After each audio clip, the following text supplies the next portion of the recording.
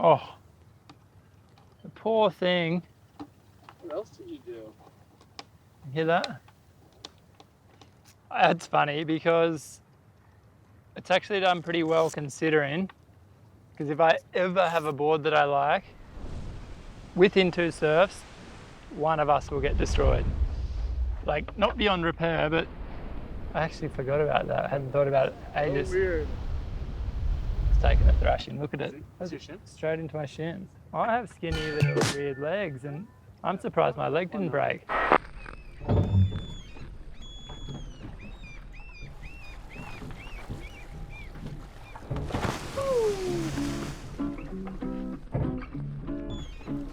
This is a story about Torren Martyn and Simon Jones, and a project that sits a little outside their normal happenings.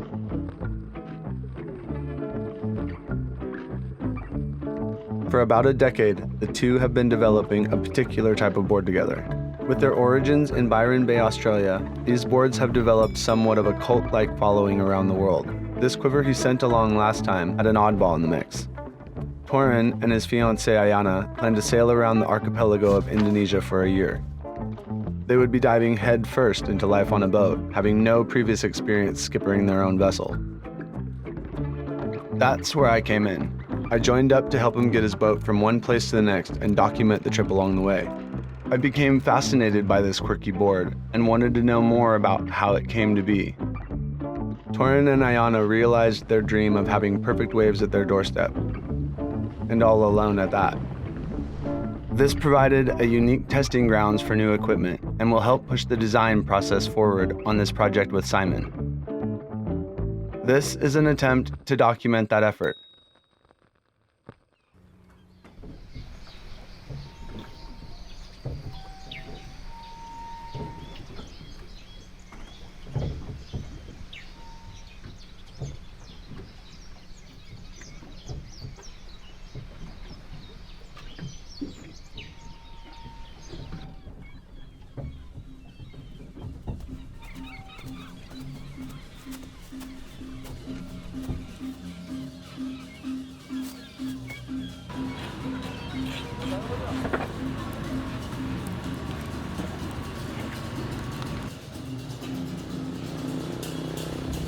Lagi galon, mungkin kami pinjam. Ada. Beli di toko nih 70.000 air aqua asli 70.000, nanti baru isi ulang 5.000. Isi ulang ya. Diantar nanti ke situ sama beca. Beli ini dulu 2. Untuk minum, Labet itu baru isi kita ulang. bawa ke sana, kita bawa ke sana. Iya. Tapi kosong.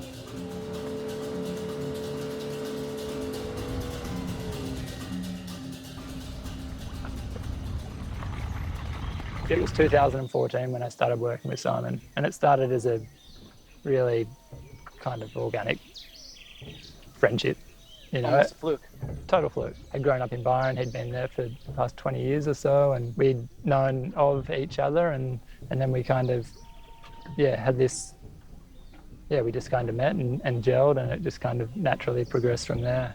I have a lot of trust in him and our relationship in the board development. It's set its roots, and we speak the same language. So it's,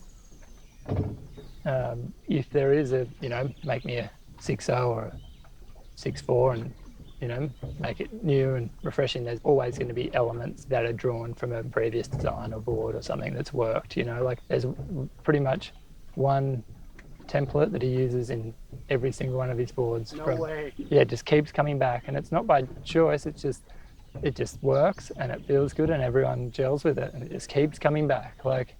And he uses it either, the rails, the rocker, it just like this template that just and he's had that for probably 30 years or something.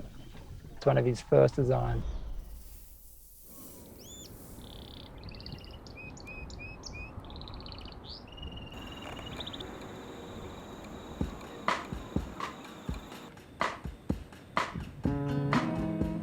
When you describe a surfboard as a vehicle, it's fitting in the way that it's an additional part of moving through life. I really want to get this feeling and relive this feeling, and I can only do that by having this particular vehicle. that then gives me these feelings and then allows me to live my life the way I feel happiest and best. So can you tell me, mate, about this little square board? How did this one come about? And we got chatting and one thing led to another, and sort of felt like a good point to really kind of veer away from what we'd normally been working on. There wasn't any major revelations. It was just something that Torren and I hadn't ever played around with before. Moved into unfamiliar territory for us too anyway.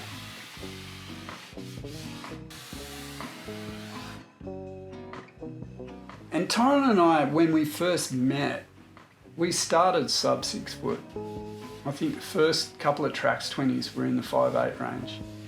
I think our first leap away from 5'8" was 7'9".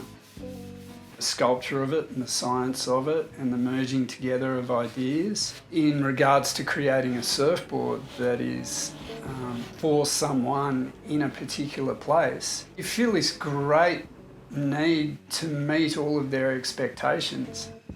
And so there is actually a lot of, I guess, kind of, I don't want to call it anxiety, but there's this sort of real need to deliver. Like, you really get caught up in, I want to do this really well.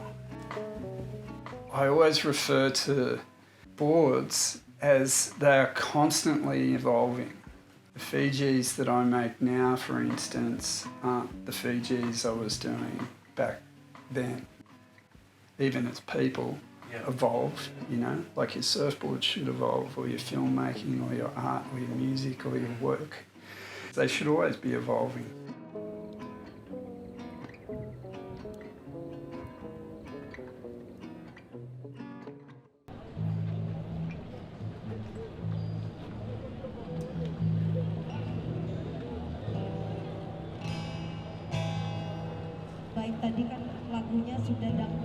We checked our waypoint and float plan, then tidied up and got ready to leave. This would be the first portion of the trip with the possibility of surf. After a long journey of getting to this point, the anticipation was high.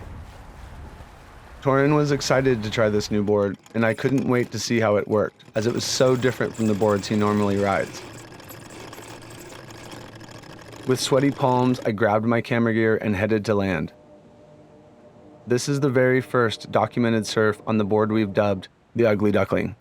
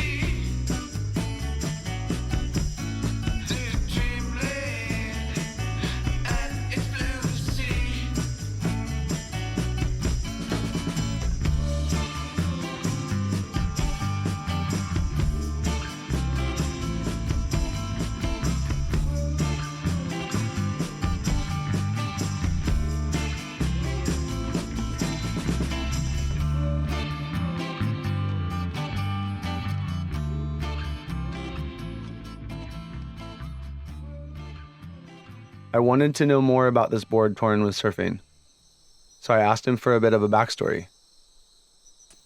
I've been riding mostly boards in the mid-6 range of late, mid to high 6s, and essentially this is those boards in outline. Really? Yeah. Chopped. Yeah, exactly. So that's the same template that is used for every board. Yeah, exactly.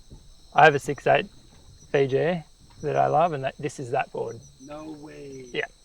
Other elements have changed, channels, concave, rails. Like basically flat. Yeah, V, more or less, and this has got concave channels where this has got no channels. It's interesting. There's a few guys that are right down this rabbit hole. I mean, there's a bunch of guys that are really good surfers and they're really tapped into it, and they surf them incredibly, and it's kind of intrigued me a lot. Like, but for me, it kind of came because I was riding longer boards and finding it more difficult and less familiar getting on the shorter boards that I once loved. So, the only way to kind of get the length down but keep the rail line was to do something kind of like this. And I talked to Simon about it. Like, it was just a short conversation when I was over in the States having a few surfs at Rincon. I saw Trevor fly past on this wave, like down the line. I'm on a self-shaped board, and I was just like, that looked so fun. Like, I needed to ride something refreshing and I need something new. I kind of wanted to take similarities from other boards, and he kind of popped this thing out. You said you're going to order another one. Yeah. What's that going to be? I think I want to go 2 inches shorter and a little less ugly. I'm going to say, how do we make it look a little less weird?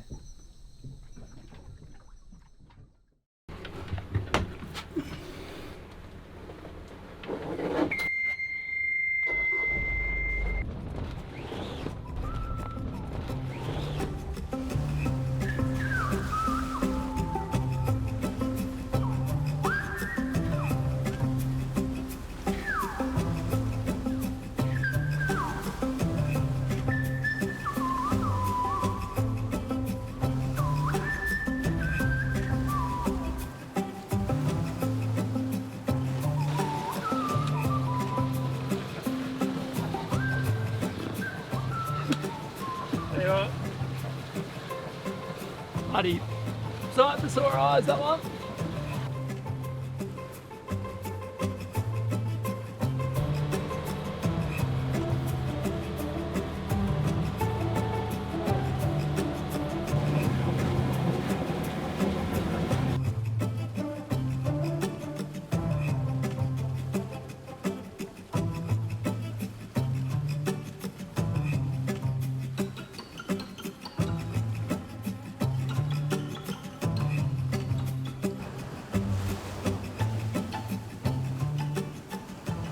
After a solid few days of sailing, we arrived at our next destination, the wave-abundant island archipelago of and dropped anchor.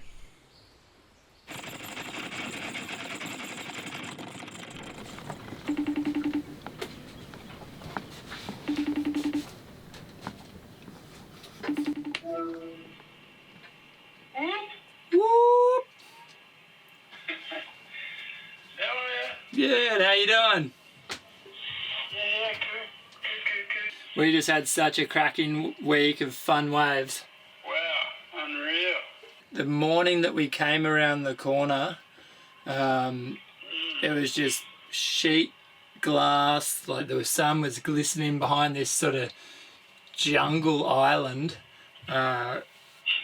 and just crystal clear water, these little 3-foot, like reeling little right-hander. I don't even know how to describe it, but at the time it was just like almost euphoric. Anyone else No one to be seen.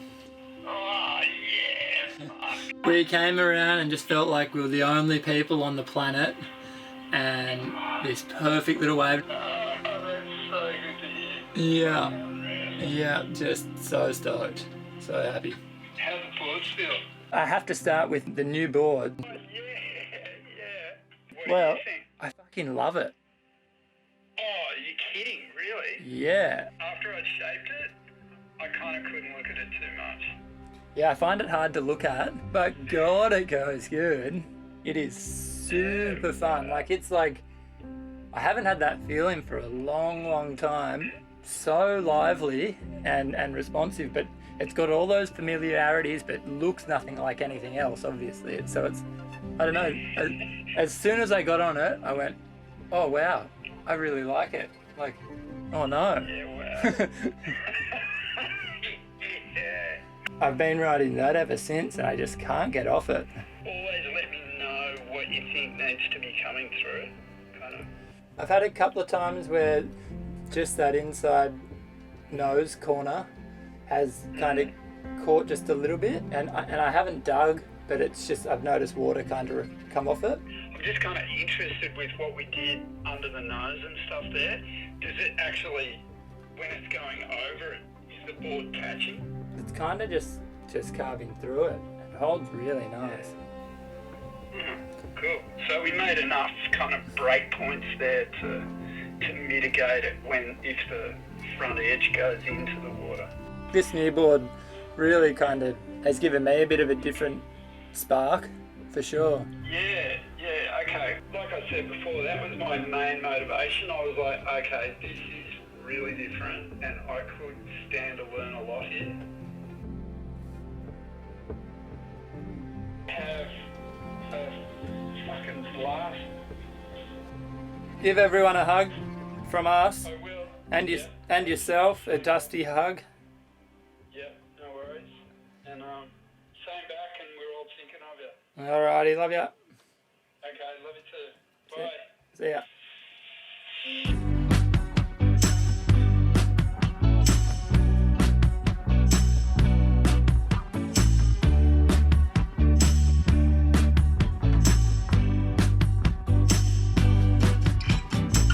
It's hard for you to ask why. You think I'm not really there. I'm a traveler who doesn't know his goal. The journey isn't what you think. Stand beside and you will see that everything I am doing is to fill your soul. Your fate, your trust again, stuck like in a skin, stuck. There is another horizon. Our fate is made of different goals. But on the same road, ha, just you and me, ha, ha, and our goals. A vibration, a destination.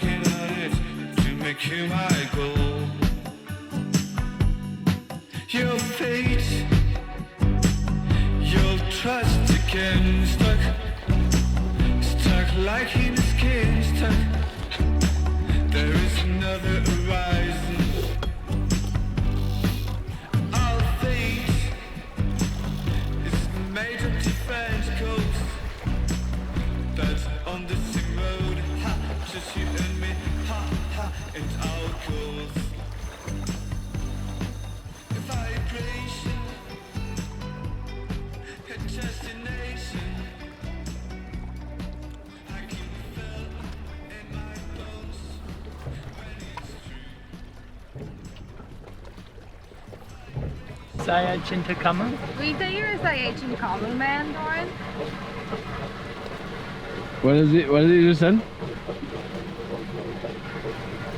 Kamu penari hebat. Huh? You're a fantastic dancer.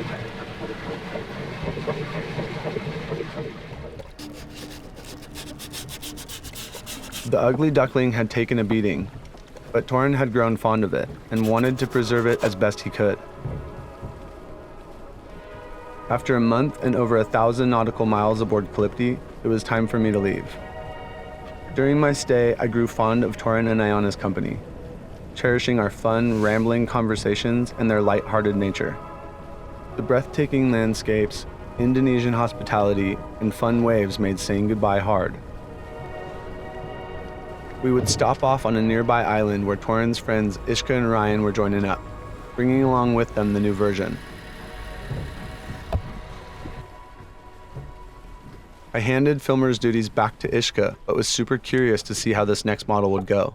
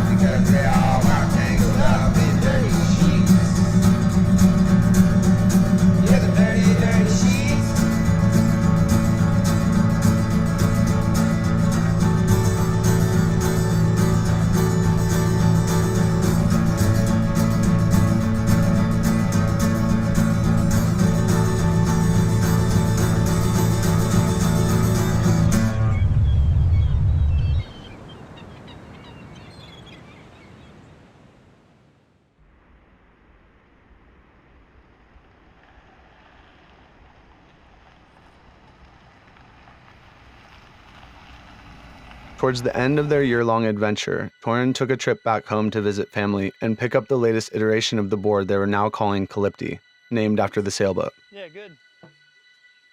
Cool. Middle two-thirds. From up close and afar, I've witnessed the Ugly Duckling evolve into something so much more. What started off as an offshoot has now become their most refined board yet.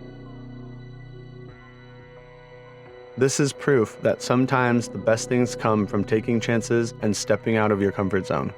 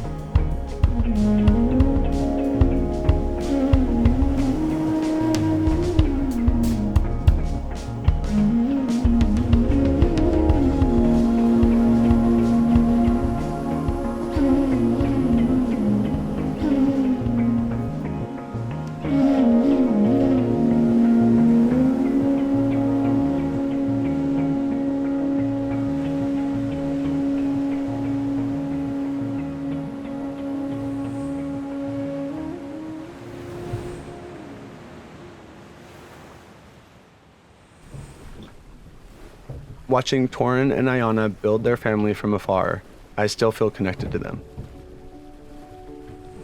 Receiving regular updates about the progression of Torren and Simon's board innovation, I feel grateful to have been a part of this story. And for me, that's what this is always about, the connections and memories we make along the way.